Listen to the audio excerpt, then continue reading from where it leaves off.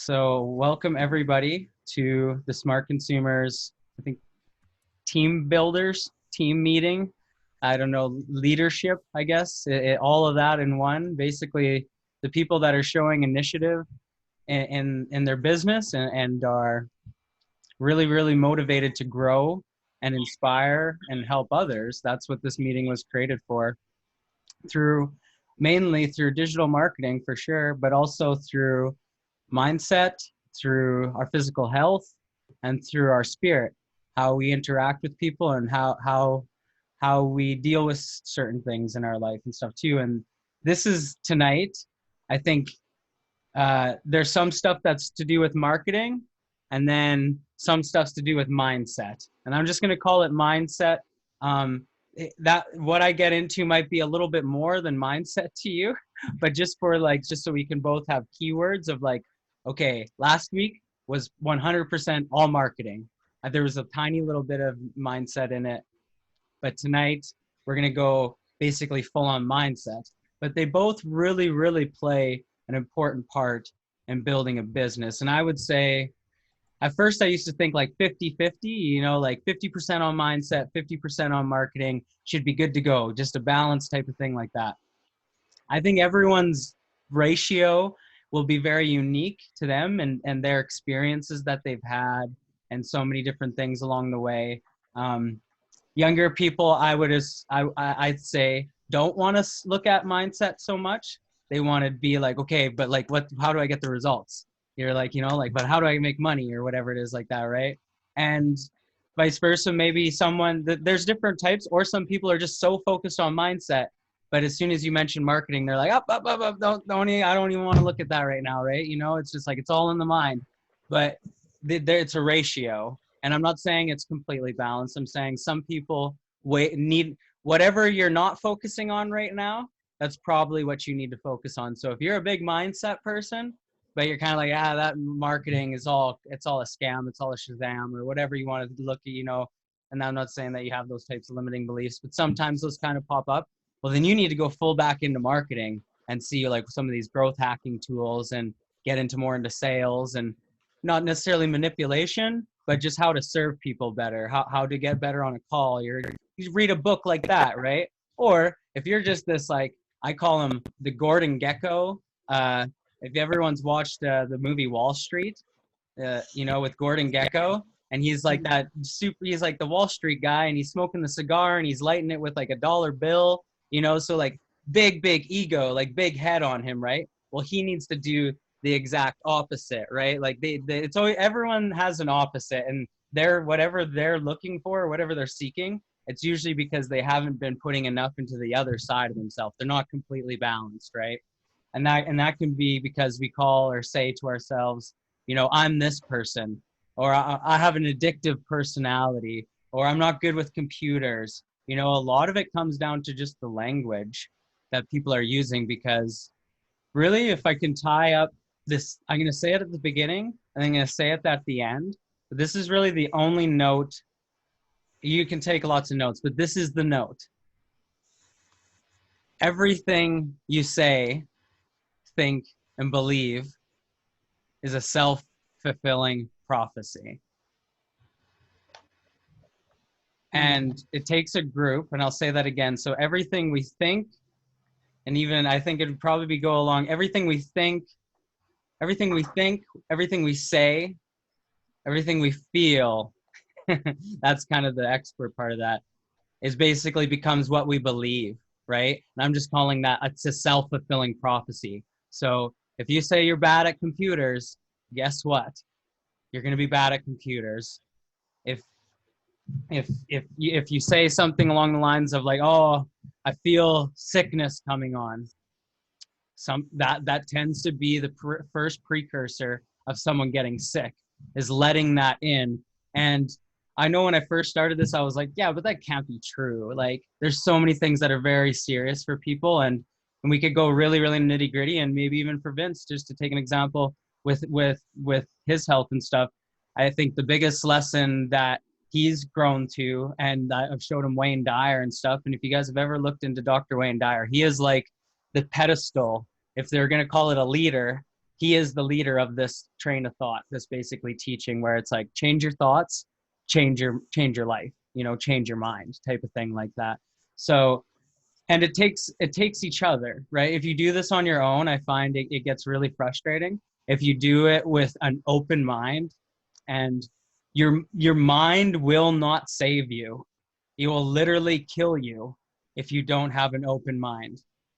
And because your mind's like a parachute, I say. And if it's not open, it's going to kill you for the same reason as the parachute. It's just going to be, it's going to be a total loss, a total wipeout like that. And that's where it's like, if you've gone into it even a little bit, it's the ego. It's our old past selves. It's our old past paradigms. It's everything trying to keep us right where we're at right now. And what this is going to do for everyone is going to help them get into a routine of getting out of the rut. And I guess I can start it off with a story of, this is my own personal tractor, because I'm from a farm in Saskatchewan, Canada. Like literally, we go into the fields, we are on big tractors and stuff like that. And I mean, back in the day, it used to be not so much machinery. It would have been a little bit more natural, holistic. But now with the changing times and the world needing to be fed at the rate it needs to be fed, everything's quite a bit more mass production. And anyways, tractors still go out and feed the cows every day. And me and my uncle kind of joked the one time too, because we were talking about, you know, ruts, and, you know, ruts in the field like that, right? And so if you go out into the tractor and if it's a little bit wet, especially in springtime right now, it's going to start creating a rut in the dirt, right, as mud. And if you keep going out in that same track, you're going to actually start, like, at first it's not a big deal. You know, it just kind of, you can see where the tractor went. But if you keep going in the same route out to feed the cow with the one bale, and then all the way back in the same route, what starts to happen? What do you think logically is going to happen? Sinks in deeper. It's going to sink deeper. And I don't know if rut is like a worldly term, but a rut is like it causes a divot in the dirt, you know, and a rut is caused from repeatedly going over the same spot. And so what does it feel like when we're not getting results in our business, and we're just like, we feel like we maybe are doing different things, but we're very much feel like we're stuck in a rut, right? And it's just like, Yeah. what is going on? It's like I'm going through the same things again, or is this really going to happen again? And I know it because I 100% totally know what that is. I spent my whole first year of entrepreneurship literally spinning in those types of circles. I think by the end of my first year of entrepreneurship, I had 20 leads, or not even that. Yeah, I think I had maybe 20 leads, and I had gotten my first sale. But it took an entire 12 months of like constant action for 4 hours, 5 hours a night, constantly battling myself and my limiting beliefs of what I thought was possible for me, right? But through that all, gained quite a different outlook on what a person can do in the beginning. And everyone has that thing where it's like, oh, if you could go back to the beginning and you know, what would you do if you could do different? And just to give you guys a timeline, that was June 2016 when I started entrepreneurship, and it's now May 2020. And so that first entire year, basically complete write-off. I wasn't doing any of these things consistently, if really at all. And I was getting very average results, if lack of results.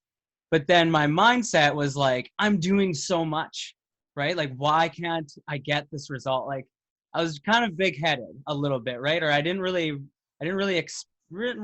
put into perspective what I needed to do to get the result. It wasn't necessarily like I was working really hard. I think I was working really hard, but on the totally wrong things. And again, that can cause a rut to happen too. And so what do we do so I asked my uncle, I'm like, so how do you stop causing the rut? Like, what do you do with the tractor to stop causing rut? He's like, oh, easy. He's like, you just take a different trail the next day. I'm like, oh, that's brilliant. That is brilliant. Because, and then I look at it as like this little, as a degree, right?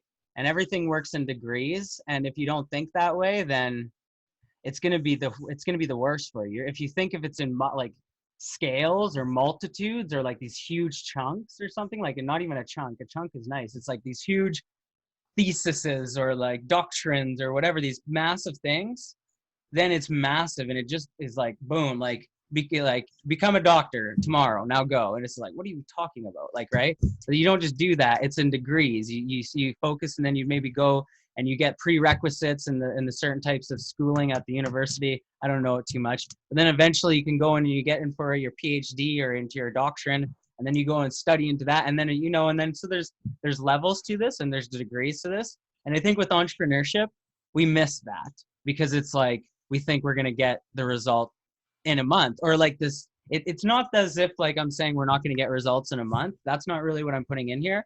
It's the Tony Robbins quote where people think, or entrepreneurs, I believe, and creators, when they first begin their journey, they get over optimistic of what they can create in 1 year, and they totally become very unrealistic on what they're going to create in 5 years.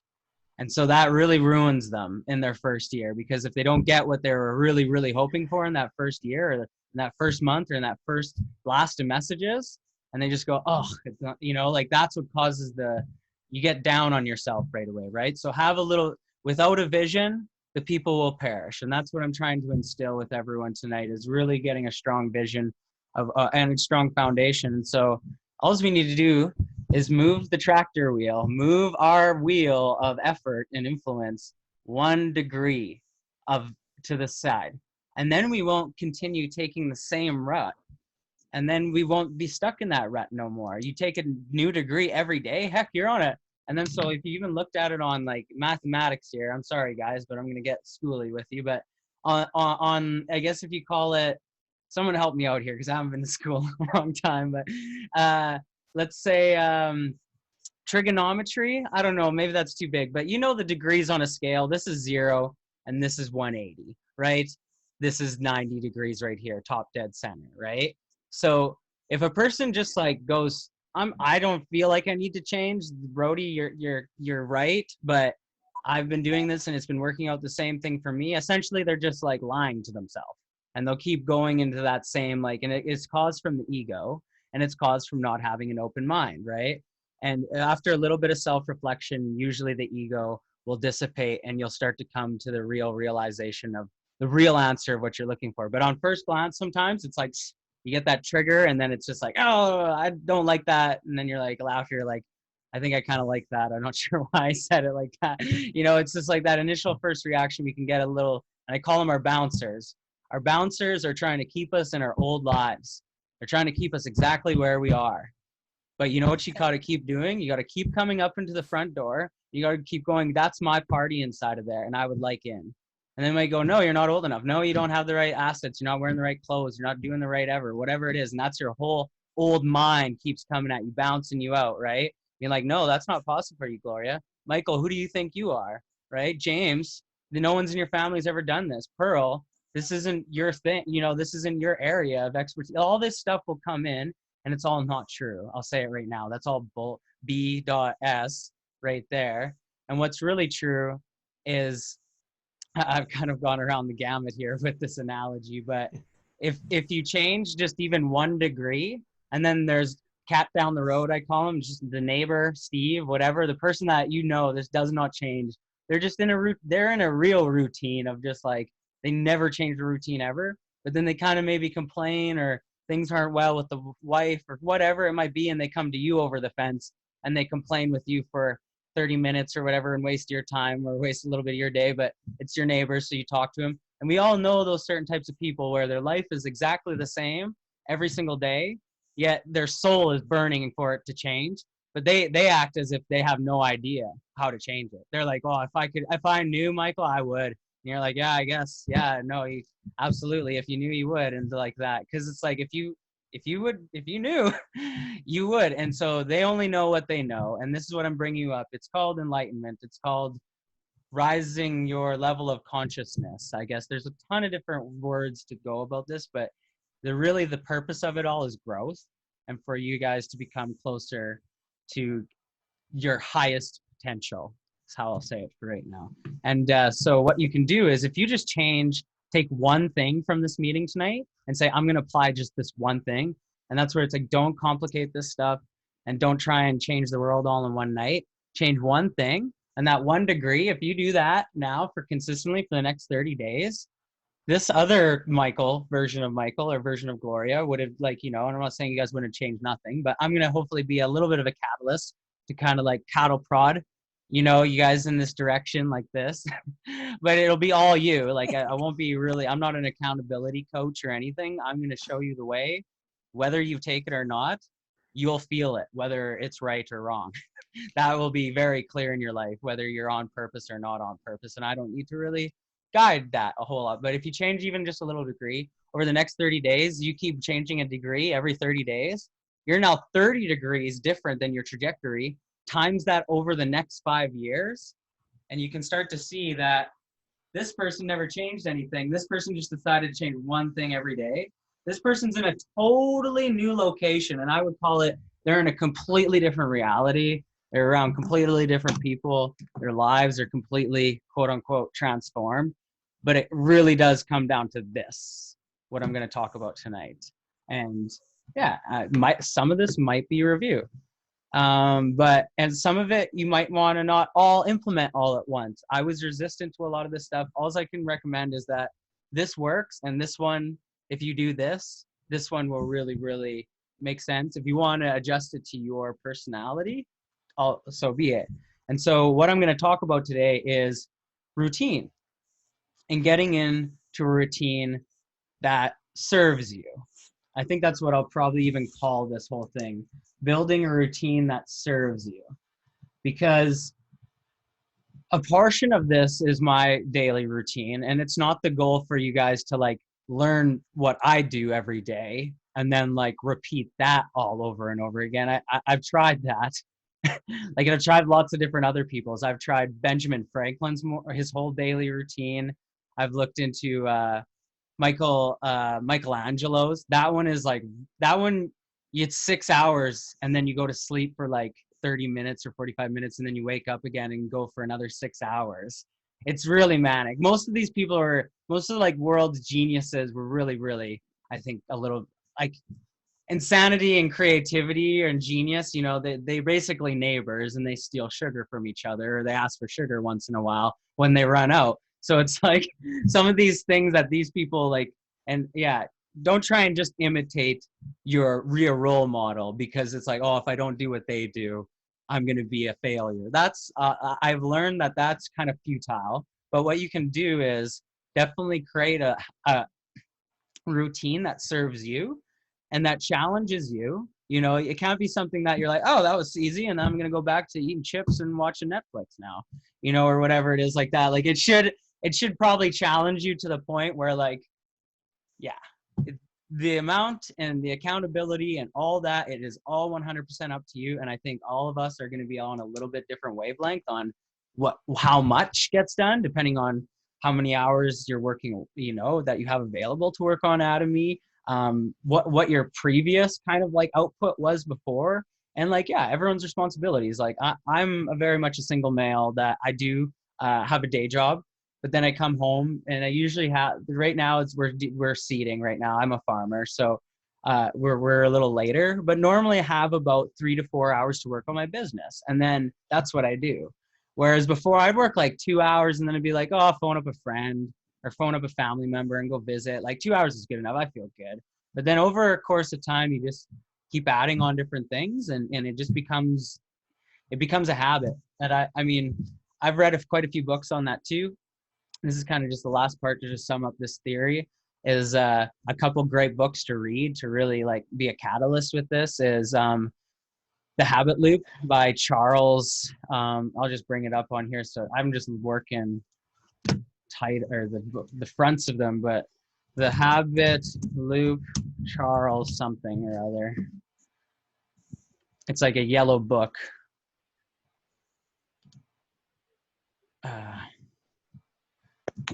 I'll give you guys a book list for the habit stuff after. So that's one, like, and that's like the main one.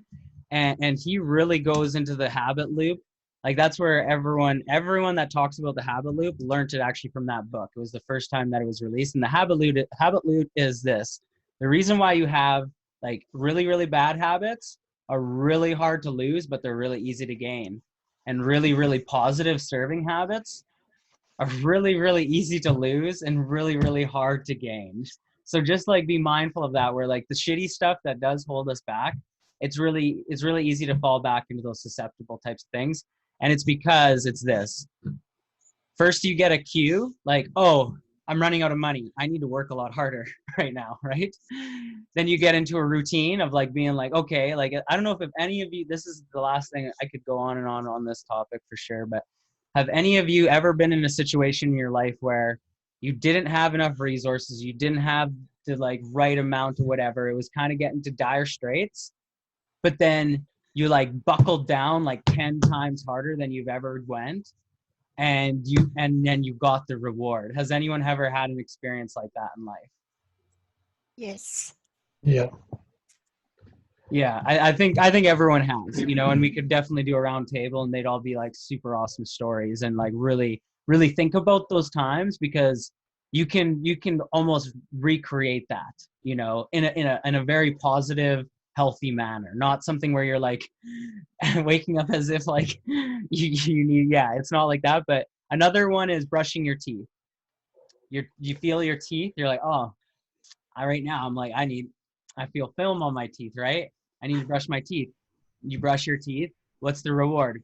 Oh, I feel good. I have nice clean teeth now. That feels good. And an interesting story they share in that book is, until they started putting mint into the toothpaste, no one wanted to use toothpaste. They just like the reward wasn't there at all. It was just like no, everyone had dealt with tooth film up until that point, and like toothpaste has only been around for like 80 years or something like that, not very long. Like it's just kind of fairly new.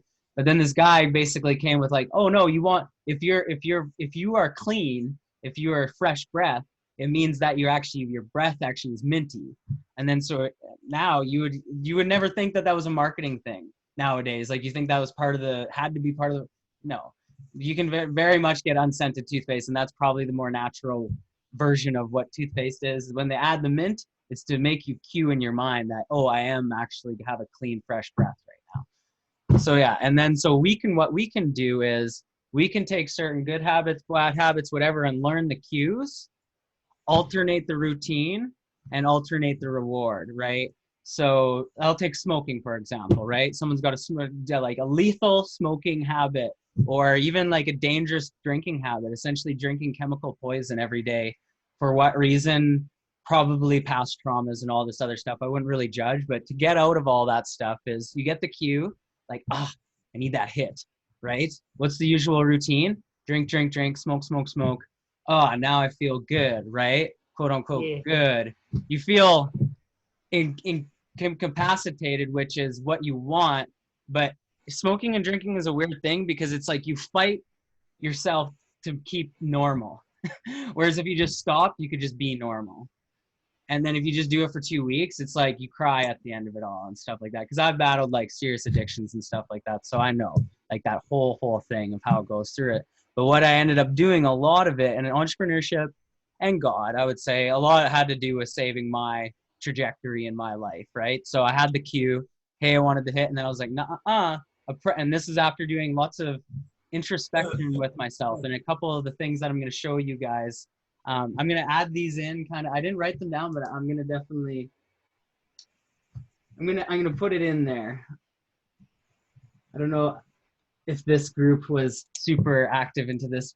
I'm kind of foretelling, but you guys will learn here. But for that routine, instead of going out and drinking, or instead of having that smoke, now I read a book or I listen to an audio, right? That's my cue now. Where if I have that cue, I'm like, for the first like half a year, I would still go and do that cue or that routine. But then after, I kind of be like, didn't I tell myself I was going to do the other thing when I did that? And then, no judgment, not really trying to beat myself up, just trying to look at the facts, be like, okay, next time that happens, I'm going to do my best again to try and not do that same routine. And sure enough, over the course of like a couple years, I've rechanged all my routines, that when I get a cue of boredom, or I get a cue of unsatisfaction, or just like latency, I have so many other different things that I do now that are very serving and positive, and I still get that hit of dopamine. I still get that splash of serotonin or melatonin, or your neurons and synapses all firing off in your brain all at one time, is all of that, right? And so I'm going to show you guys how to get into a healthy routine. Let's call this the Mighty Atom routine. Because Mighty Atom just sounds a little mightier than Smart Consumer routine. And you guys, if you guys all know what Mighty Atom and stuff too, that is Mighty Atom's group is like the mindset group of what this whole vision is, right? And then like the Smart Consumers is like the marketing, analytical, like suit and tie type of thing, like, you know. And so it's like we're a balanced corporation in that sense. We're a balanced community and brand and everything, like all that. I don't know what we're like a family, I guess, like that. We'll call it like that. That's the best way. So this is how this works. So this kind of does it all in one, because a good routine is written out prior to you starting. That's like the hugest thing, is like you need to have a routine written out the night before, or you need to come up with a routine before you do the routine, right? Or some people are fly by the seat of their pants type of things, and you get that type of result. I'm a fly by the seat of my pants type of person, and every time I like write out the 3 things I'm going to do for the day, like it's like I changed the world or something like that, because I'm never that focused. I'm always like all over the place, scatterbrained in a sense. But if I use these, I can balance myself out and become back into that whole human being type of thing. So I have Day here because it's good to get into a momentum. And then this is my second book recommendation now. I'm going to drop the book recommendations in the chat right after, and I'll also put them at the bottom of the training sheet too. I'll start building a book recommendation. But Dan Hardy's The Compound Effect. It's such a great book to learn the power of doing things consistently and why a person would want to do something consistently from the aspect of nature. It's not because he's like saying that, oh, you know, I did 50 push-ups for 50 days and now look at me, I'm awesome, you know, like that. He very much just shows you very from physics, nature, a little bit of history maybe, I think, if I remember, but his analogies will just make you go, just like my tractor and a rat analogy, where you're like, it's just the facts. You know, once you face the facts, you're like, okay, I know what I need to do. And again, inch by inch, this is a cinch, but by the mile, it's an absolute pile of steaming, you know what. So it's just inch by inch. And I think the actual like scientific or psychological term is called chunking.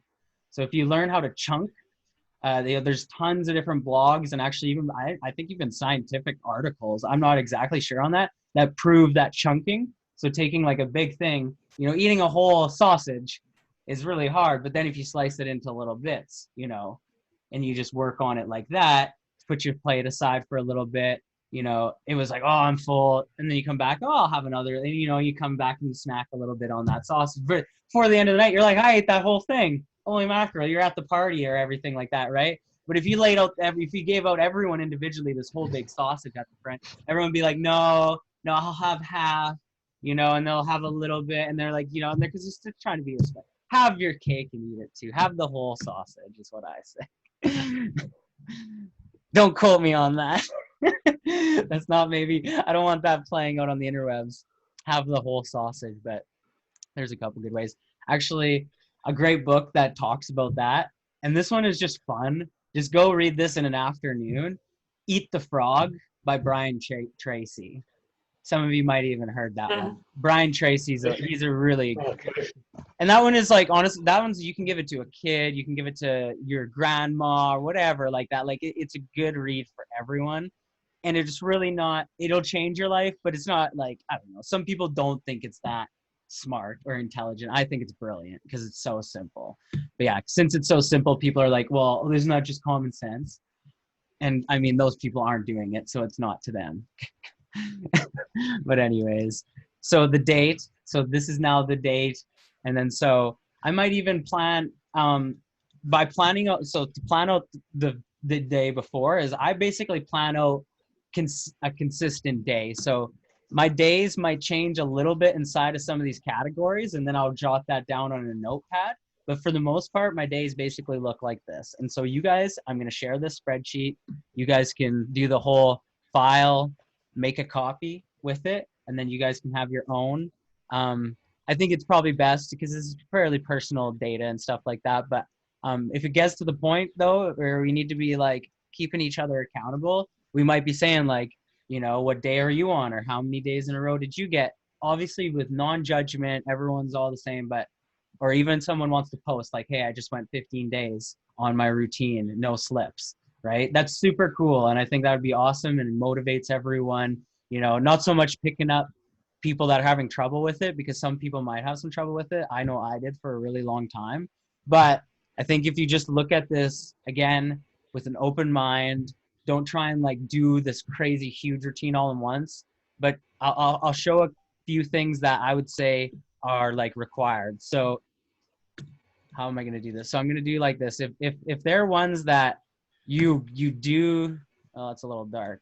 Ones that I would recommend that you do every day, they'll be in green.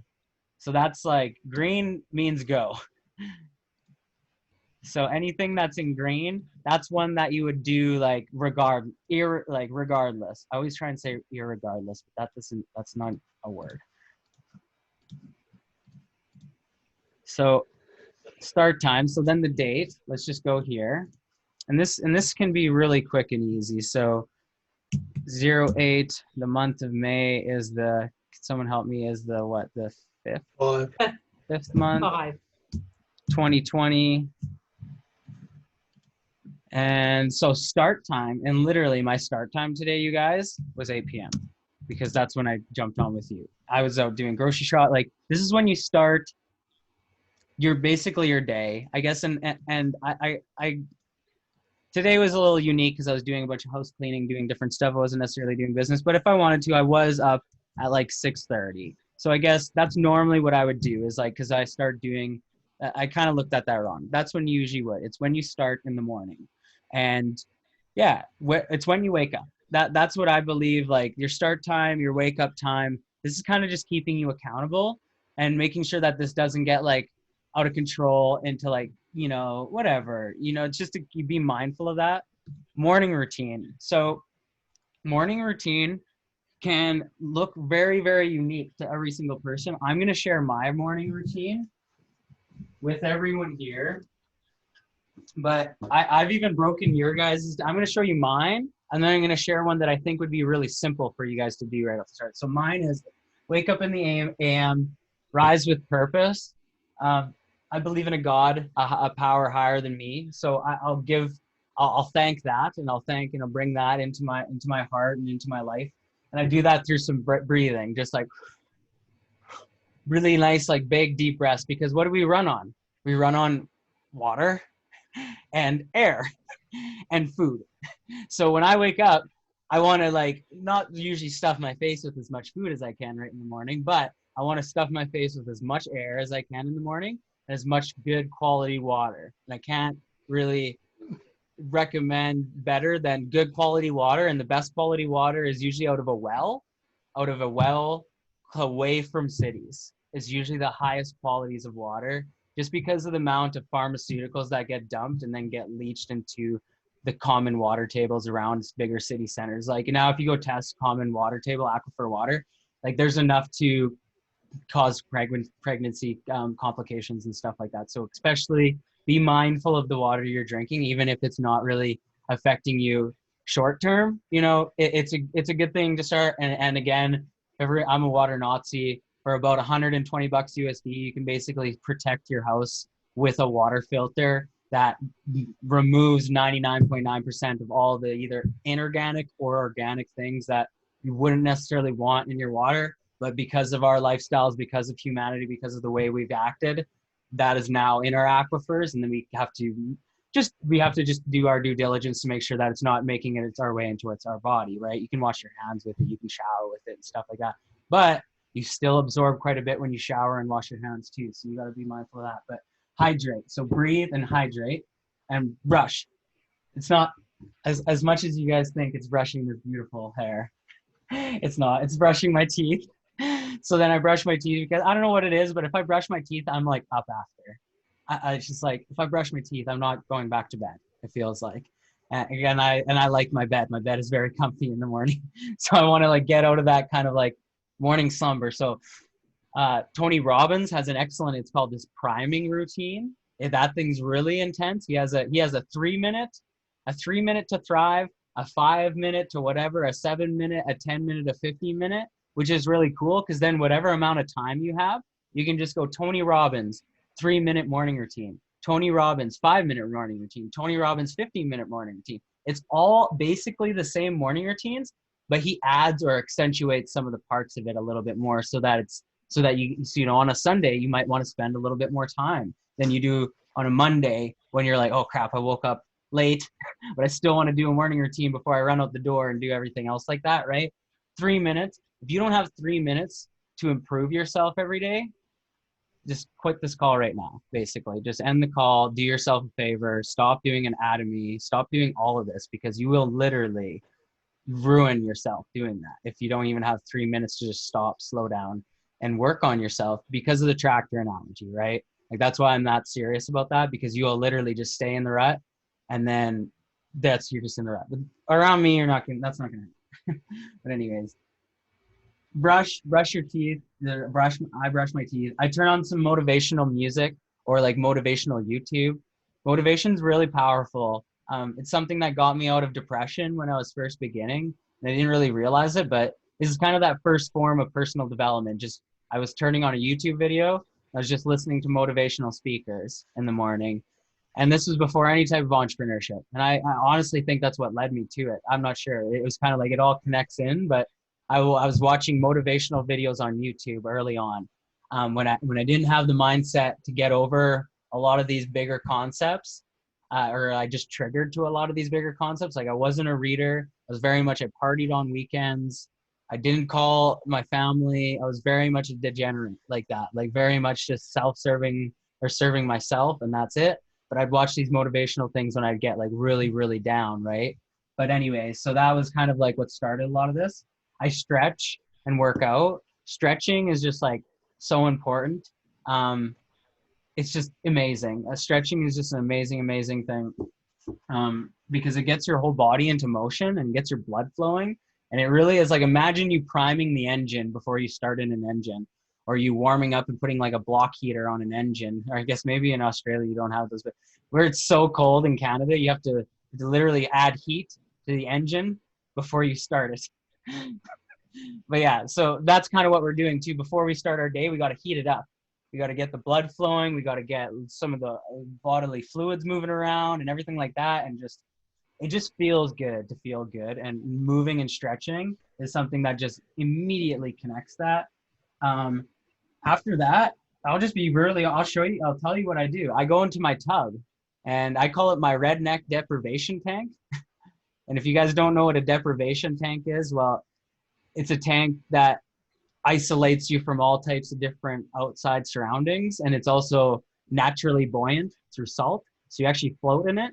And if you create the right types of basically variables, it almost feels like you're floating in nothing and you can't see nothing. Your body almost starts to lose sense of where it's at. I call mine the redneck deprivation tank because mine's just my bathtub. And I just put some Epsom salts in it and I pray and I bless the water and then I jump in. It's a little bit hot, but what I'll do in there is just relax like anyone else would do a tub. I just completely let go and relax. I do have that in the morning and I have that at night. And without that, my life would be a little bit chaotic. I really do. And so maybe that's a walk for some people. Maybe it is a tub too. Maybe it's got to be something where you completely disengage from everything. And I've got a few of those too, like playing guitar and doing certain things like that, so completely disengage. It literally, some activities you might have where it does, like you do it and you like literally lose yourself in it. Nothing else is important other than that when you're doing it. And that's why it's super important, because you can't focus on work. You can't focus on anything else because you're so addicted to that habit of doing that skill or that activity that it does that for you. So add that in there.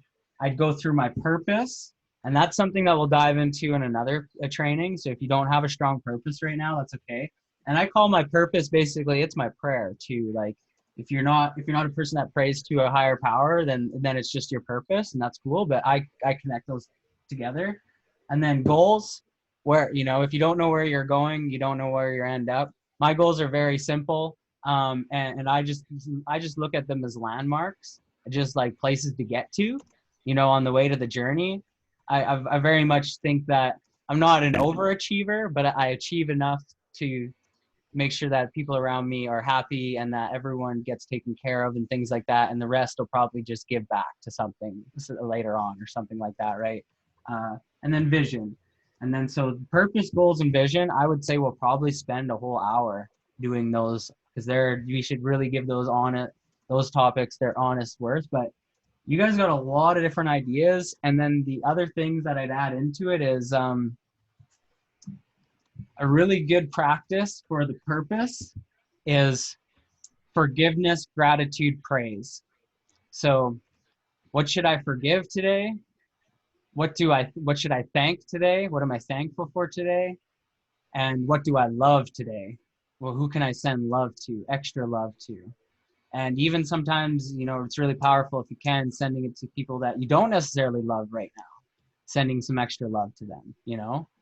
And not everyone has those types of experiences going on and stuff like that, but it's a real shift in someone's mind to be like, yeah, that person you've been hating on, that person that's like that troll in your life, send love to that person too, and watch how your life starts to turn around, right?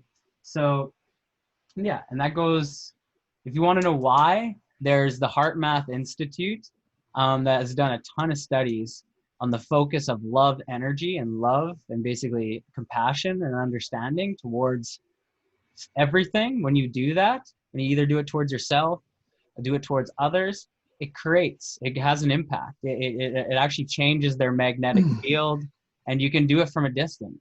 And so that, without everyone calling me woo woo or anything like that, go look up at Heart Math Institute. It's actual real scientific data, actually proves this concept. I think even them alone have the study where it's like they had the happy water study where they yelled and were really like just like really really wrong, not right, I guess, in a way, like really really bad or really sad towards this one cup of water, and then they're really grateful, really thankful, and really happy and really appreciative of this other type of water. And it actually, you could see the one type of water that had love and appreciation and gratitude in it, it was all harmonized. It was all like very much like in cohesion or like in harmony with its surrounding and its surroundings. Whereas the one that was getting like all this judgment and condemnation and all this like hate and sadness toward it, it was very much scattered and all over the place and not unified. It was very separate and all over the place, confused, right? And the body can do that, I tend to think too. So that's kind of like my one thing too. So put a lot of appreciation and understanding and love and forgiveness and praise back into the body. Because if you're not doing that, if you're saying, oh, my body is this today, you just disgratified yourself. And if you build up too many of those in a day, your tractor doesn't go in the positive rut. It starts going down and starts digging deeper, and then it almost can get to the point where you feel like you're stuck. And when you're stuck in the field down to the axles, you need help. You need to call for help. And so I'm going to have clarity call option for anyone that is like feels like they're in help mode too. And then you can jump on with my business partner, Jeremy Lama. And that's just like, yeah, every time they feel like they've been talking down on themselves or they feel like they've gotten themselves into a rut, clarity call time, and then we'll fix you up and then you're back on your thing again. But then it takes a lot of courage to book that, and I think even understanding in its own right. If someone just thinks everything's okay, then they won't book that call, and then they won't get their clarity, and they'll keep digging themselves a bigger rut and wondering why stuff doesn't happen. So I think you guys got a lot of great stuff for morning routine there. And I would say obviously breath and water is super easy, so that one can be definitely a part of it. Breath, water, and exercise. And I would just call that moving the body. So stretching. Don't think that you have to do some sort of 50 push-ups or anything or get down in there and do a bunch of burpees. But I think just even, they call it the morning glory stretch. And everyone knows this stretch where it's like you wake up and you're like, and you go up onto your tippy toes and you just stretch like that and you just go like this. And it's so good. And literally, this is like the elixir to like long lasting life is this stretch. And then especially if you go after, you take a big sip of water after, like a big, like just a, like almost aggressive side. And then you go like this. It's so satisfying. I don't know why humans love to do that, but I love to do that, and I don't think there's any other human being on the world, because anyone that's like really parched or really overworking or whatever, what do? They take that big sip, and then what do they do after it? It's always like, They do that sigh. it's like, and so yeah, and it could be either like, like, oh my god, like I have to get And back to sometimes it. they dribble. Yeah, exactly too. But then it's like it's totally the mindset of that too, because yeah, some people might like take, and in their morning routine they take that and they go, oh, another day, you know. I'm like, and this is what like I'm hopefully training you guys to look at it this perspective, where I'm like, take a big glass of water and it's like, today is about to start. Like my day is like complete, like literally after breath and water, I don't need anything else, but let's just get creative with it and start adding and do some more stuff with it too, to gain more, to experience more, to help more people and all that good stuff of why we want to be entrepreneurs in the first place, right? So morning routine, and then once you do it, I would just put an X there. And I wish I could put, I think you could put a check mark. I don't like X's. It feels like, but you can put a check mark. If you guys can find check marks, this is not something I'm training you on, but if you know how to do a check mark, put a check mark there. If you don't, just put an X. And then this gets into the business side of things here. Adding friends. And this goes into this is the building the list. So adding friends, build list, right? And you guys know what that is from the previous training. Message the people, whether that's message A, whether that's message B, whether that's message C. Go and follow up with all your messages and make sure those are all good to go. And once those are all good to go, read, listen, or learn something new. So it usually takes a person to read or listen to learn something new, but not necessarily. It could, like, you would be either listening to something or seeing something in your reality, but you might just like experience something and you're like, hey, I just learned something new. Done. You're good for the day too. Because what it causes new neural pathways to be formed in your brain.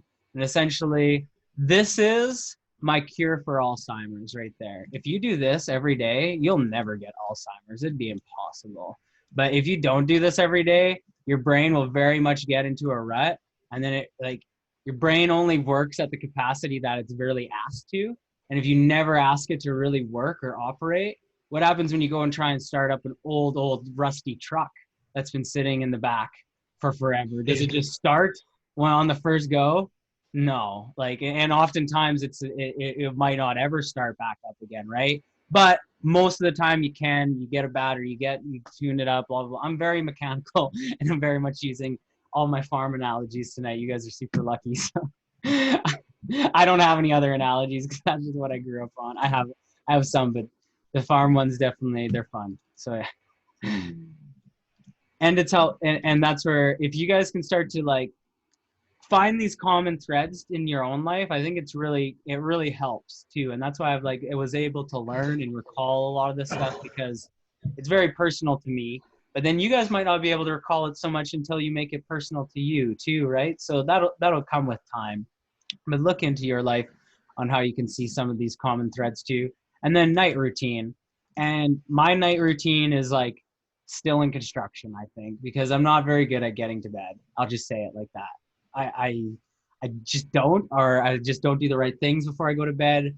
Or like the complete fail on a night routine is like I watch Netflix or YouTube to all hours, and then I have a bowl of ice cream before I go to bed. Then that's my night routine. And that happens. And I'm not like, I'm a human being. Like, this isn't something that I perform every single day. It's something I really strive to perform every single day.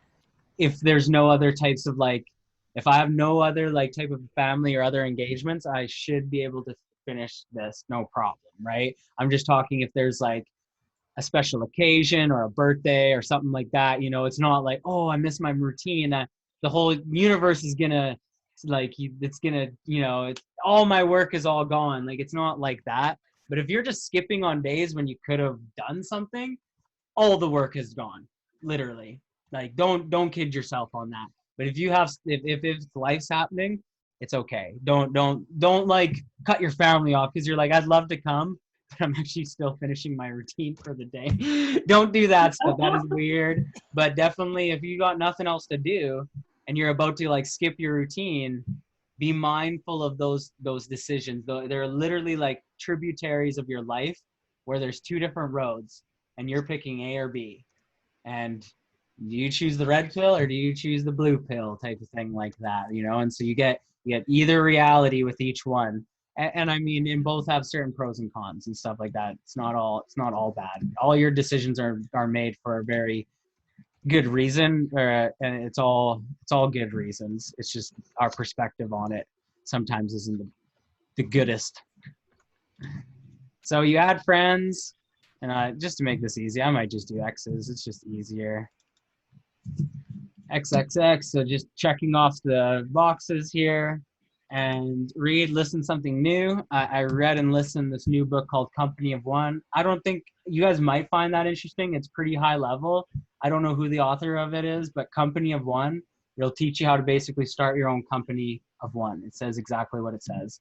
And so it goes into some other little things that I think are interesting. Like, yeah, I think later on, I'll introduce it to you guys. It's not really an important read right now. So read and listen that. And then my night routine is essentially very similar to the morning routine, probably plus or minus a little bit of less working out. I'll just be honest. It's a little bit less moving. It's slowing down, right? Whereas the morning, I'm like getting fired up. Well, now the night routine is trying to slow down. And I usually try and time my night routine with the sun, with the sun setting and the sun rising. With my morning and my night routine, I think that's the most natural human thing a person can do is like, you know, wake up with the sun and go to bed with the sun. But that's not always possible, especially if you live, I don't know what your guys' sun routines down there or whatever, but like even in Alaska and like up in Northwest Territories, sometimes it's like dark for like 2.5 months straight. So like that you wouldn't be able to use it. And I was like, oh my God, that'd be the worst, I sometimes think. But people, so yeah, but your circadian rhythm of what it's called, it's very much your like rhythm with the rising and the setting of the sun. That's very much been programmed into you for a very long time. And so being honest to that and not trying to burn the midnight oil or you know, or burn the candle at both ends, you know, is the old adage like that, because you'll start to run out of wax and then you'll cause complete burnout. And sometimes burnout causes people to quit and not come back ever again. And if you're experiencing burnout, that is no longer a routine that serves you. And that's life trying to tell you that, hey, dummy, something's not working right here. Because a routine should be something that serves you, that you can wake up and you should be excited to do it every day. It shouldn't be something that you're dreading. And that's where it's like crash diets, workout routines, coaches, all these other things, they'll very much put you into, I don't know, it's not, you'll get results, but as soon as that thing's off, as soon as that diet's gone, as soon as that coach is gone, as soon as that pressure, that outside pressure is gone, you're just going to completely go back to the path of least resistance again. Because who wouldn't? We are human beings and we want to do what's comfortable, what's easy, and what's good. Like what is not going to take like the eternity of all eternity, right? Well, also, if you build up responsibility, if you build up these other traits, you're willing to do it. And then eventually you can actually become like very excited to do these things. And that is like, can be something as simple as 30 days. And so I was going to maybe change or put a line under this one as being like, this is the breaking point. And at about, I would say it's probably going to be even, I would just say, just because, I don't know, I shouldn't limit you guys, but this is like Terror Barrier Day. And lots of people, if you can't make it to 15, it's because you keep going back into terror. You keep going back into fear. And your terror barrier happens when your life is about to change. It's just like it's like literally you're getting codes, everything's going on track, everything's going good, and then all of a sudden this big challenge comes. And then you're like, see, this is why I don't, or whatever. And like everyone's terror barrier is so different, but it'll be like that moment when everyone's kind of freaking out, when they're like, everything's going good, but something just happened now and it totally challenges and questions everything I've been doing now, and I'm freaking out. And what do you do the next day? You do the exact same things you were doing, in a sense. Like, you know, you do your morning routine, you do all your things again, you keep moving through that, because it actually takes the I don't even know what you call this, but the habit loop, or the new habit area, I guess. I don't know what that's probably not the right scientific terminology, but it takes about 30 days to create a habit. Some said of 23, some say less, some say more. I think it's about 30. If you do things for 30 days in a row, I don't know if most people never have done something for 30 days in a row. That's the interesting thing. And so when you start to do this with one thing in your life, everything starts to change. And this is another great quote you can write down. I forget who said it, but how you do one thing is how you do everything. How you do one thing is how you do everything. And I think with this group that definitely probably resonates, and it probably is fairly effective, but I think everyone's probably on that because everyone's fairly experienced here, where they're not like, you know, they show up here, but then they don't show up for their family or something like that, you know, or they show up here, but then they don't show up for that coworker at their job or their boss or something like that, right? But just always know that if you don't show up one place, or that if you don't really like put that energy into one place, and think that you can just put into energy in this other place because that's the more important thing. It's not like that. How you do one thing is how you do everything. And I think it has to do a lot to do with the higher power type of stuff, but I think it has a lot to do with your subconscious and just you not letting yourself down, right? The more you keep letting yourself down, the more you keep beating yourself up, the more less energy you have to keep consistent, where the more you kind of keep up, like the more you like get through and do your routine. And that's where it's like, if this routine is too intense, just simplify it down into something that serves you or something that really, really is what your level of growth is, and do that. And then, yeah, night routine for me is really, it's a lot of the same similar things, but I just like to read again at the end of the night. That's been kind of my goal right now, is to read right at night. Because I tend to watch so many movies and stuff like that, and then they go on forever, and it'd just be nicer to read instead of watching TV and watching movies. Like, it's not, lots of the stuff is really positive and really uplifting, or either very like a documentary, but it's just something that I've been trying to do. And then this is what you say to yourself before you go to bed: what good have I done today? And that's it. Just think on that. Think on what good have I done today?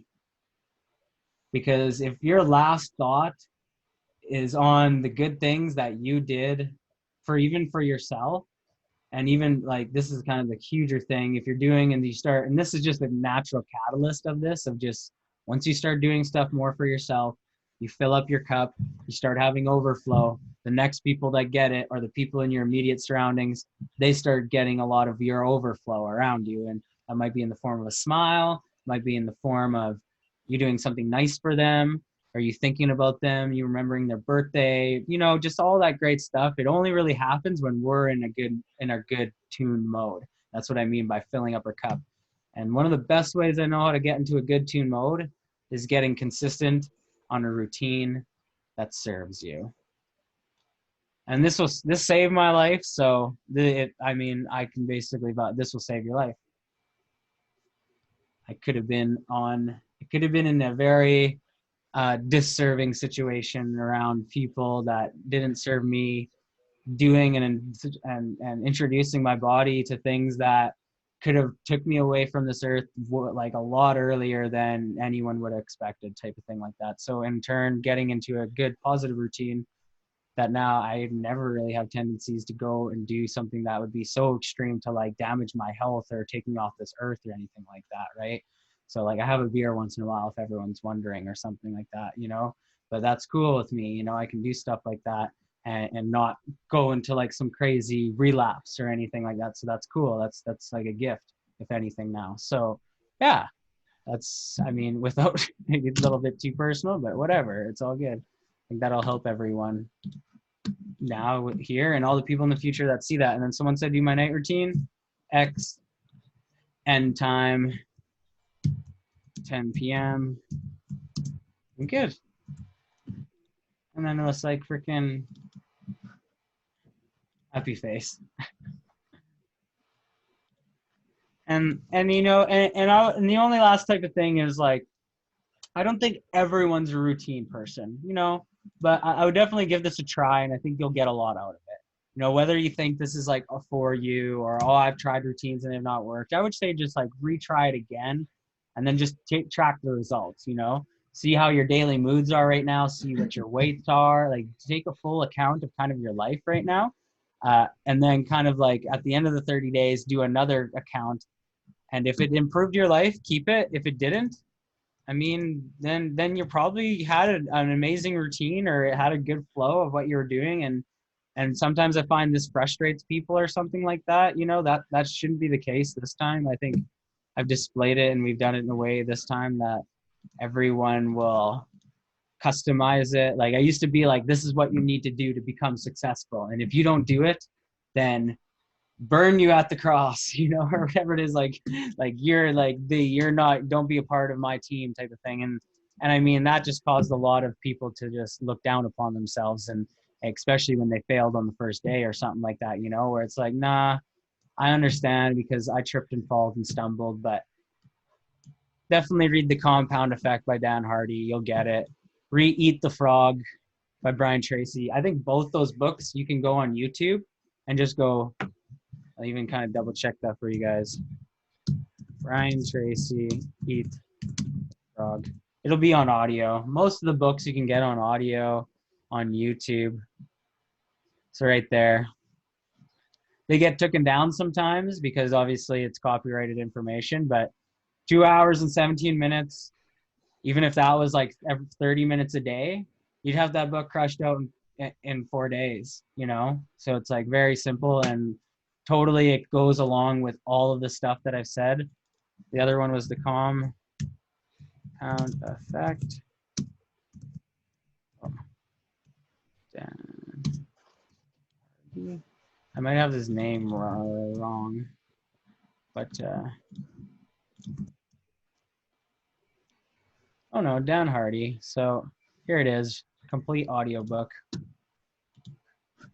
And I like to listen to the audiobook first. You don't get it all, I find, but like it's something that I can do while I'm doing my laundry or I'm out mowing the lawn or I'm doing some sort of like task that it's a task that you already do it so much that literally you're like in flow. Like you just don't even realize you're doing it like that. Like it's pretty hard to do taxes and listen to an audiobook.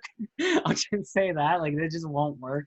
It's your two sides of it's your both your brain on that side trying to work.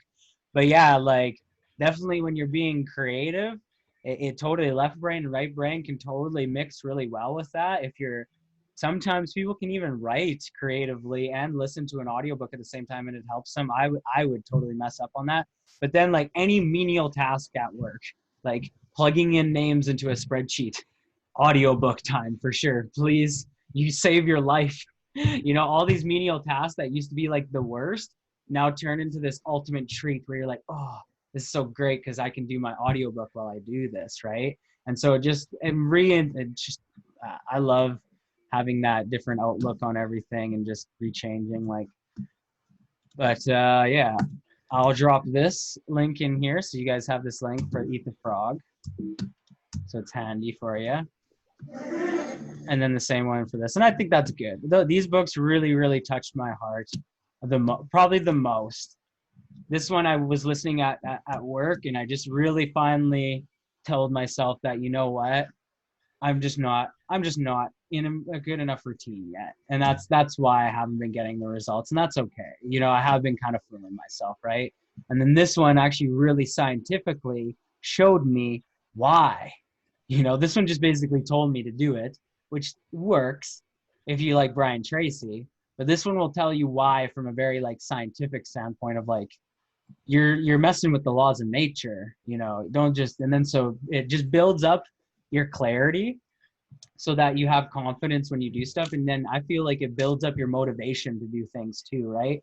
where if there's not a lot of motivation to do this stuff, it will after you hear it from some of these people that have basically, it's a book, so it's their whole life's experience all wrapped up into one text, you know, which is super valuable that you can dive down in a couple hours or whatever it might be. So another thing I'm going to draw up here is I'm going to share the link for that spreadsheet we had tonight. It's also going to be at the bottom of the training, then when you get the next training version that comes out. But for right now, you guys can all go over there. And then while this is recording, so at any time, if you see a training document that has to be personalized, some of the training documents, like the main training document, the Smart Consumer Training, that one's only read only, and it's meant to be that way so that, because it's all very congruent and it usually doesn't change too much. Like we've said in the past, you can customize if you want, but something like this is very much, you do have to customize it because you want to track your own results, you know? So just click. This is how you create your own version of any of the documents, the Excel sheets, the Word documents, if I ever share presentations and you want to edit them, this is how you do it, all in Google Drive. So you click on the link and you bring up my version of it. And I mean, I maybe even put Brody here so you know that this one's Brody's. And then when you click File, just a couple options down, there's a thing that's called Make a Copy. And then it always goes Copy Of, which I usually have to take out. But then, or I usually like to take out. And then here, and like that. And then you can just save it to my drive. If you work on Drive lots and you understand it, you could put it into a different folder. Not required though, if you don't use Drive, just put it into the main one and make sure that you're logged into. This is another thing that it's either going to ask you to log into your own Google account, Gmail, or it's going to ask you to create one. And I would, for sure, because that way you can keep all of your information all in its own. Imagine your Gmail as, sorry about that, you guys. It's one of my alarms. But the Gmail, and especially the G Drive, is like a digital filing cabinet. And if you start this right now, you'll very much really, really pat yourself on the back in a couple of years of why you did it. If you don't start this now, you'll very much be like, why didn't I do that when Brody said it? Type of thing like that, because it's just taking really, really good accounts and really being well organized. And everyone all knows if you keep good organization, it like saves you so much time and stress and everything else later trying to find things and do things later on and stuff like that. Even look at it from cleaning your house perspective like that, right? So that's cool. And then once you make a copy, just rename it and then you press OK. And then you'll be able to access that by going to www.drive.google.com, making sure you're logged in to your Gmail. And then if it doesn't show this right away, you go to My Drive. And then you should see in your drive here, it'll be the Mighty Atom routine, your name. And then you double click on that every morning. And also, if everyone would like, you can also print this out. That might be a little more beneficial for people too, right? And then so I might just keep, what am I gonna do here? Just so everyone can save ink later on. I'm just gonna do, I mean, as long as you guys know that some of this stuff is kind of personal to me, and it's not like, but I do believe it kind of isn't either, right? The morning routine is going to be a little different for you, and the night routine is going to be a little bit different for you. But I think everyone, and I really do believe everyone should get into a habit of trying to crush out these things in a day. And just let me know if it's too much or if we need to adjust or, you know, something like that. And adding friends, Pearl, go back and watch the other training there. Adding friends shouldn't take too much time. It's very, very, very quick. Messaging should only take about a half an hour of your day. Reading and listening and learning should only take about a half an hour of your day. If you really chunk this together, you could probably do that in an hour, probably more around 2. And the morning and night routines take about a half an hour. So a good one takes about a half an hour each. Some of them only will take about 10 minutes, 15 minutes sometimes, right? So if we're being honest with ourselves, it's about 3 hours out of our life that we're investing into our business to get the results that we want, right? And I don't think that's a whole heck of a lot to invest, for the next 30 days to see some really, really, really transformational results with this, right? So, and yeah, that's just kind of, I left that on the table. Question time.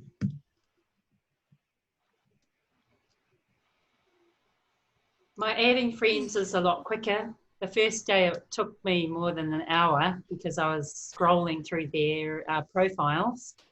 But now I've just forgotten about all that because a lot of them I know enough of. I just check where they're from, how active they are, and then I've gotten it down to about 20 minutes. Excellent. From more than an hour down to 20 minutes to do the adding of friends. That's excellent, and that's great news to hear, because I knew that at first. You're like, holy mackerel, I don't know if I'll do that all.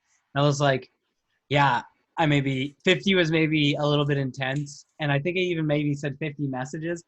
Regardless of the numbers, just make sure you're doing enough, and what your enough is, you'll know it, right? And so and then even just try and challenge yourself if you have extra time, but then don't get into a thing where I'm going to do as much as I can, do as much as you can in 20 minutes, but don't do it to the point where you're like, oh, I have this little waking moment right now. Should I be adding friends? No. You block a piece of time out. And I even just put a timer on. I have 30 minutes to do friends. I do friends for 30 minutes. Some days I might get 20, 25. Some days I might get 50 by the end of that, right? That's if, as long as I'm constantly working, doing the best quality that I can, at 30 minutes, timer beeps, beep, beep, beep. Okay, now I'm going to go into my messages. 30 minutes of messages. You see what I'm saying? Kind of like blocking out that time. Yeah. It's really beneficial. And then then you don't feel bad if you're not spending time on it. You're like, I already spent my time. You're not like, I shouldn't, because our ego will be like, you should do more. Brody said to do more or something like that, and that's not true. It's not true. I said to do what's wise. Questions? All right, does that answer your question there, Pearl? Yes, it did. Thanks. Okay. Gloria? Can you explain to me what's an end time? Okay, an end time is going to bed. Basically, it's going to bed. Or end time could be, for me, when I quit my business is when I go to bed. Some people that might be a little bit different. So it's because I really, really it sounds so cliche to some people, but I will spend a little bit of time doing some guitar before I go to bed or reading and stuff. So I would say end time is when you end work, end your business night for the night. And a part of that will be this night routine. So, I mean, you might have a break in between the reading and listening, like having supper and doing stuff like that, And so this, it's variable, but it kind of confirms in your brain that I had a start to my day and I had an end to my day. And so it could either be one of two things. It can be when you end your physical work day, like entrepreneurial work day, or when you literally are about to go to bed. Either will work. Same thing for the start time. This could be when you're waking up. If you're a person that wants to kind of track when you're getting up in the morning and stuff like that and get more consistent there. Or if it's just to let you know when you actually started work that day. Yeah. It's a subconscious thing. I got to look into more of the science again of why start and end times are in there, but subconsciously it kind of puts you into motion and then also confirms and lets your brain know that you did a really good day. The day is complete. Everything's good. Everything's done. You don't need to do anything extra now. You can now actually relax. You can now actually visit with your family. You can totally disengage, right? Whereas if you don't have these, your brain could be kind of still in problem solving mode when you go to talk with your loved ones. You could be still thinking about that sales call or that message, where it's and that's, I think I learned it quite young because I don't really have obviously I don't have like kids of my own or a significant other right at the moment. But what ends up happening is I think a lot of people, when they're frustrated with their life, they're just taking they're living their life everywhere. Essentially, they're taking their life all over the place with them, so that when they're at home or when they're at work, they're like, oh, they're complaining about, oh, I wish I was at home with my family and my kids right now, or I wish I wasn't here and I wish I was there, like that, and things like that. And instead of just being grateful for the moment or in the place that they're at, because it's just all about just being grateful for this moment right now. It's none of that past, future, present, or none of that past, future stuff like at all. It's all just this now. But then when they go home, then now they're like, oh, I should have, my boss is phoning me right now because I Have a good weekend, everyone. Okay. Make it happen. Awesome. Thank Thanks, you. Pearl. Thanks, you Brody. so much. And then, and then they're at home with their family and they're talking about their work and they're talking about how the boss pissed them off and they're talking about how they didn't get enough done today and stuff like that, right? So they keep taking, basically they're in this 4-hour, 5-hour relapse or buffer, kind of like echoing, kind of like broken record thing, where they're always taking what happened 5 hours ago, 6 hours ago, and they're plugging that into their next future reality all the time. And what I say is just like, don't take your work home with you. That or like that's kind of like the whole thing like that. There's so many good jokes. Don't take your work home with you, but yeah. When I was working, when I finished work and headed home, that was it. I never talked about work anymore. That's good. Yeah, and I mean, and it's not like to say that you can't talk about work when you're at home. It's just people tend to talk about stuff that isn't as serving about them on the daily workday. But I mean, if it was a really positive experience that you had, by all means, that's what the whole dinner supper time is all for, right? Is that whole reflection on your day and being like, oh, what did you have, little Johnny, or what happened with you today? Blah blah. Oh, that's interesting. My boss treated me very similar too, but I looked at it this way and I was able to, look at the better side of it. What did you do with Billy? Oh, well, and that's one thing where this is kind of my last little tidbit too, where I don't know, I guess I'm going to share it, but yeah, like if you have someone younger than you or someone that's maybe not as conscious or something like that, that's working through something, and they're like, oh, like my perfect example is like, oh, someone's bullying me at school today, or someone didn't do what I wanted to do. Before someone's going to listen to you that's in a lower conscious state, essentially a child, that's going to listen to you, you have to first make it relatable to them for them to like understand that you go through those problems too, right? So if someone was like, and bullying isn't, I don't know if I have the exact example for it, but like, oh, so Billy's like, I was being bullied today, or I was really mean, or this is the best one. I was really mean with my friend. Billy was really friend with his mean Johnny today, right? And he tells his dad at the dinner table and stuff like that. And then he got really aggressive, or he punched him or something like that. And then he ended up in the principal's office and stuff like that. And like, what is the like traditional parenting model or whatever, just basically human model of people dealing with that? Oh, well, you shouldn't probably get worked up about stuff. Oh, well, you probably shouldn't have raised your voice. Oh, well, you probably shouldn't have raised your fist. It's all this should, coulda, woulda, judgment, condemnation. And it literally makes the kid close up and get really tense. And then he'll never, ever share what he just shared at the dinner table ever again, because he knows how that makes him feel. It makes him feel tense. It makes him feel closed off. And it's just not helping, right? What a real healer, what a person that has a conscious mind would do is they have to come down to their level first to resonate, or have to come to the level where they can resonate. And how a person would do that in that example would be like, oh, man, that's so interesting, little Johnny or little Bobby, that you do that to your friend. I did something similar in the lunchroom to Cindy today, if you can believe it, right? Just like she was talking to me about her project. And I said, you know what, Cindy, I don't have time for this right now. I can't listen to this.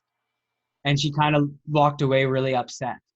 And I could tell that, I did something wrong. And then so now the kid's like, wow, this person's just like me. This person is just as human as I am. This person goes through the same exact things. And not only that, you went through them today too. And then you can be like, but you know what I did? I went and I apologized to Cindy and blah, blah, blah. Or maybe, you know, self-realization of the moment. I know what I need to do now. I need to go apologize to Cindy tomorrow because I feel terrible, or blah, blah, blah, or like things like that. I should have never said it that way. I was busy, but that was just really rude, or whatever it is like that. And honestly, it's not like a terrible thing that these things happen, or that we have these like triggers or bad reactions, or just, you know, reactions that don't serve us. It's more important that we catch them and that we come back and that we do what's right, or we do what's wise with it, because that's what releases basically. I'm not a Buddhist, but I like to use the word karma. You know, it releases that bad buju, that bad karma on us. Forgiving is more for us than it is for the other person. It's an unconditional forgiving and an unconditional giving. And a definition of unconditional, and I just like to use giving because most people don't have this sometimes, but if you unconditionally give, essentially giving, a giving is like the root of it means like to offer something to someone unconditionally. And that means without conditions. That means that you're not expecting something on the back end of it once you give it to them, right? There's no result that you are highly expectant of. There's no expectation after the offering and the giving.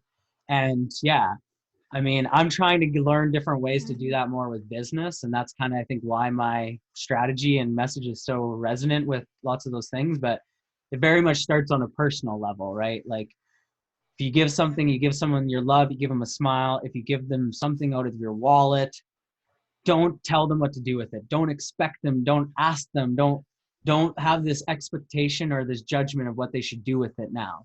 Or even to the point of like, even if they don't even say thanks, that's not on you, and that's not a part of it at all. You got what out of it by the process of the giving. And that's how you can learn unconditionally. So now you start to unconditionally love this process. You start to unconditionally love yourself. You start to unconditionally love everyone all around you. And what does that mean? Without conditions. That means that you have to try your darndest to and it's very profound and very deep teaching, but I think after going through a long explanation like this, it makes sense, right? But yeah, so I'm going to try and keep this. If there's any more quick questions, I'm going to end the recording. But yeah, is there any quick questions? And then we can kind of... with the schedule you got there, like some 3 days a week, I'm not anywhere near my home. It's in the mornings, you know. I'm out at a farm, and so my day would start when I come back from the... Yes. Yeah, exactly. And and it's not so much that the start dates and stuff, like it depends on what type of goal you're doing. Like if a person was trying to wake up at a certain time every morning, that start date might be really important to them, to have it like always be like ding, ding, ding, ding, 6 a.m., 6 a.m., 6 a.m., 6 a.m. Mine's not even like that, and it is an important thing. I'm fairly flexible. But you just got to know that it's okay if yours, because you know that you don't start till a little later date like that. But I think I like having the start date there to confirm in your subconscious mind that says, hey, Michael, we are starting now, this day, right? It kind of, even though you know that, it's so weird once it's like, once you speak it, it's so different. And once you focus and put some thought into it, even more than just sitting down at your computer desk, it's really impactful. It just is. But yeah. I wish I could have more. I wish I could have more data on this and stuff. Brody. But I've been lots of this has been passed down from people that have tried the tribulations, done a lot of stuff, and tracking is one thing that I think is really important to a point, and that's why I've created this as long as it serves you model, where it's like, if it serves you, this is really beneficial. If it keeps making you feel like you're not doing enough, or you're not getting enough, or that I'll never ever get this routine thing figured out, I would say, whoa, hold your horses, and be like, okay, but let's work this into something that's very easy. Like, okay, let's just wake up and be grateful. And then before we go to bed, let's just focus on what we did good today. That would be enough. If a person was very overwhelmed, that's it. 2 things. Can you do that for me? 3 minutes? That's 6 minutes out of your day. Yes, I can do that. And if they did that for 30 days, they'd probably do way more than any of all of us. I don't know why it works like that, but when you can just get into consistently doing something for 30 days, it changes your entire life. So then it's like, it's not a process of doing like all 10 things for all 30 days. It might just be meaning finding that group of set of things that really you can do and that inspires you to do. And it inspires you when you get it done, and getting into almost like a game you're playing with your life of being like, okay, can I do it today? What's going to come up? What's going to challenge me and stuff like that. And as long as you're conscious of this, then it's good. But what happens is we become unconscious of our habits and our loops and our routines. And right away, 5, 10, 15, our life goes by. And yeah, I just don't want to see people on the rabbit wheel anymore. And this is what this can really help them bring perspective to. So. Yep. Yeah. Well, And like this morning before I come on, I just spent 3 hours going through my list, messaging and taking ones off that, that sort of answered in the wrong way. So I was not supposed to do that.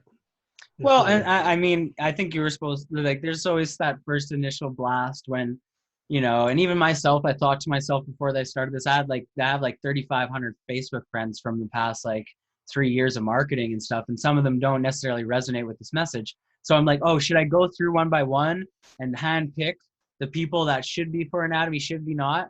And then I finally said, how long is that going to take me? Weeks, maybe even months? It's like, is that really going to get me to my goal really fast right now? No. Is it really that important? No. And so I just had to like have some inner, deeper perspective thought. But now that you have this sheet, you'll be able to very much clear that out. And then when I was talking with Pearl, it's the blocking. So like, get real with yourself how much time you have to spend on your business today.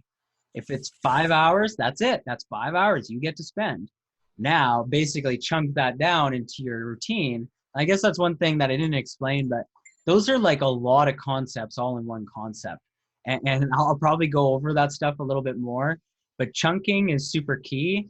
And I think that's a good idea, is just see how much available time you do have. If it's 15 minutes, well, then you got to figure out how to fit your routine into 15 minutes. And it might be a little bit customized that day, And I do get those, I do get days like that where it's like that, where it's like I'm out with family or I'm on vacation, and maybe my routine is just taking a huge, big, deep breath of air and being grateful and praying to God. That's good enough. And then I'm back on my day, because that's all that was available that day, right? But it's being conscious of that. And then, but if it's 3 hours, just going to bring this up just to kind of make this very clear to anyone even watching the recording later. I'd be like, okay, I have, and then you could even map out your start time and end time. I don't care. Like, you could even do some stuff like that, customize this a bit, and to kind of like set a goal, right? Okay, I have that. How many hours do I, okay, now, let's say I started at 8 p.m. That's when I'm starting today. And I'm going to go to bed, but I want to be in bed by 10 p.m. That means I have an hour and a half to get hour and a half, which is plenty of time to get this done. As long as I block this out, I'm going to spend a little less time on my morning and night routine. So 15 minutes on those, that's 30 minutes. I'm going to spend 30 minutes on reading and listening. And then the other hour, I'm going to spend adding friends and messaging. So almost like 15, 15, 30, 30, 30, and then there we go. I've just planned out my day, and then I take aggressive action. It's almost like that, it's just like, boom, I know what my plan is. Let's go, just like immediate action. I don't know what the term is, but like no hesitation, just like there, it's very clear what you need to do. Put on the timer, start working, put on your favorite music and start going, and then work. Yeah. And then once work's done, do whatever else, or think about whatever else and all that other stuff. But if your mind's, and what's going to happen with this is kind of the pro kind of like thing in this all, and then I'm going to end the recording, is your mind is going to fight everything possible to not stay in routine when you're in the routine. That's just what's going to happen. It's going to start thinking about work. It's going to start thinking about your high school fling. It's going to start thinking about all this freaking stuff that you're like, why is this important? And you like, I used to think that it was like, oh, this is God telling me some sort of message right now. And then I'd go off in this thing, and there are some times when it's like that, but for most of the time, it's your old paradigm. It's your old self trying to like get you out of this and being like, oh, come on, sucker. You're not actually going to do this routine today, are you? You know, things like that. And it's like, yeah, I am. And after 30 days, that voice keeps getting quieter and quieter and quieter till that voice is not even existent at the end of that all. Yeah. I'm going to end this recording because this is all just reiteration I find, and we'll talk about this more, but yeah, for everyone watching the recording, if they have any questions, reach out to me on Facebook. And Gloria and Michael, thank you so much for being here and being present. And yes, we'll see you on the next one.